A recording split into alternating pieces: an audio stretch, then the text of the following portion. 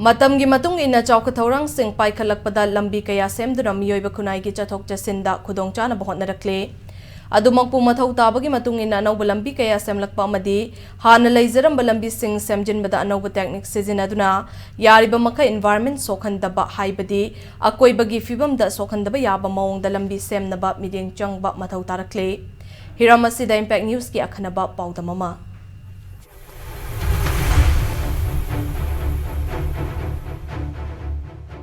Matamgi matung ina mishing yam khalakpagaloy na mapam amadagi mapam amada chathok chasin tawbada khudong chanaba lambi kaya semlakpada tangay fadana ching kaya kakli ching kaya amana temthoktuna lambi shemada sizinari nung kaya lawthoktuna lambi shembagi machak oiri maram masina chahi khudingi lambi shemada ching leibak changba nung changliba kaya asi kayam kuina khogi koibada leiriba ching sing asidagi Logodoribagi. Lepta na lauthoragadi uthasi chingkansi turil kansi hariba sigi mayokta oyodoribra.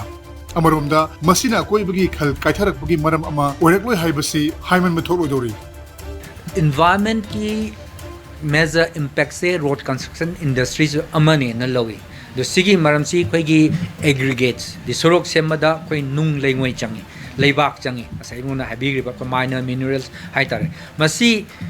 masi lokthok pasina maram orakanda environment am chawa impact ma pi khoi mega road project hai tari ko mayam lakhre aduna lambi sema matamda khoi environment si kitang kahendana hai tari ko masi khanji ngak pasi maru oina khanjai maramdi khoi lambi sema matamda khoi ngasai gi chingda dege khoi gi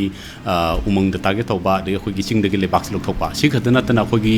chingda leba khoi nung jaw hai tari ko masi so khoi gi bomb se blasting torga hekta unregulated oina masi yangchandana hekta lokthok gi kano se lei adagi amana khoi pat le so pat sekta phunjan ba haitari ko aduna se khudamoina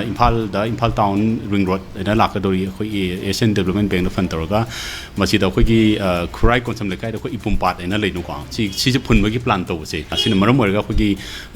pat adi sing kan sina haibagi kano se madi pandam si ju kitang nathainar ga haibagi khoi chingna blai Amaromda lambi sembada changliba chingleibak nunglengoi kaya si mapam amadagi hekta lawthoku haibagi ayaba pibadi leitri environment clearance lawduna chingleibak lawnaba amadi chingdagi nung lawthoknaba akaknaba mapam amadi thamba mathau tari adumakpu hojik Manipurgi district ayamba maru oina tampakta leiriba ching kaya nongmagi temthokpa leptri hariba mapam singasi lengakna ayaba pirebra haibasisu yengshenbagi mathau tari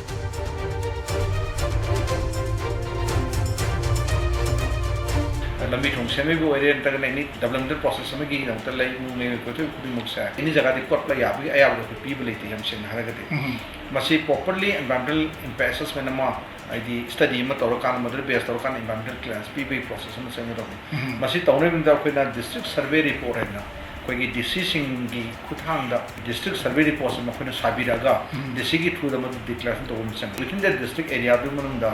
karam bajaga da lengoi kothopya karam bajaga da nung lokopya mil karam bajaga leba lokopya habigi proper identification to area am allotted or lega do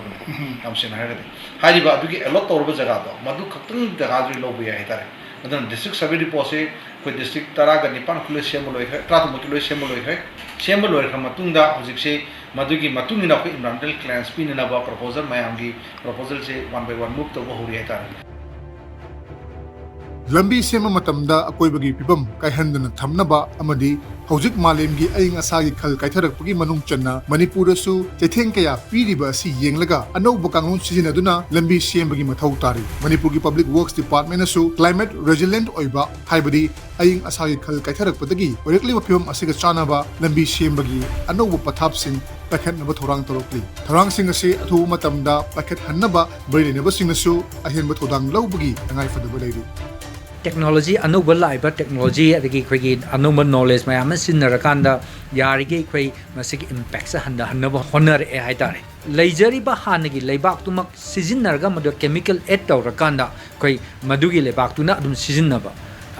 adu aitade khoi chingdagi leibak to muhan punara roi haitare madugi technology khoi hajik naungna semga de khoi Imphal ring road ta masi khoi sinnaga dori 40% road length khoi masi as a innovative idea ona khoi try tawni masi gi potsi somai tawdana other alternative is khoi cement treated base koi nung sida nataka soil ji da khoi cement se hapakanda cement ga punna to sanminaraga tawba haitare sorokse sum daka lemin sum thongal aga sum saragadi yum singje sum makha le hotamni ai samaki yum yawi hai tare tasembagi si approach si lai ba leibak sing da tawi hai tare anoba leibak sing da di hojik la isi mathakta thonggebu mahutta makha da tauthara kanda tauthara ga hanagi lerami ba magi different layers of pavement khoi pavement gi tongan ba magi layers sing du khoi reconstruction tawrkana magi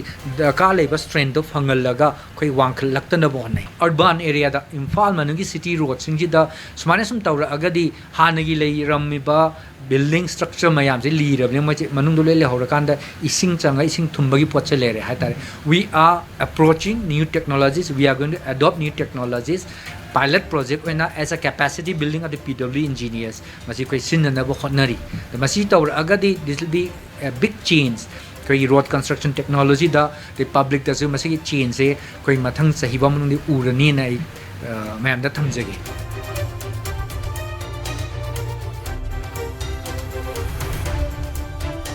Miyoiba kunayna leiriba makai lambi shembagi loiba nairoi maram aduna lambi shemba yauna tongan ba chokot thorang sing pakhatpada akoibagi phibam kaihandana thamnaba anoubu kanglon pakhatpana linsu sidaba saisu sutekta ba haiba ofam masi othokhan mangamgadori impact news ko dama parom jariba ketri mayum premchan Imphal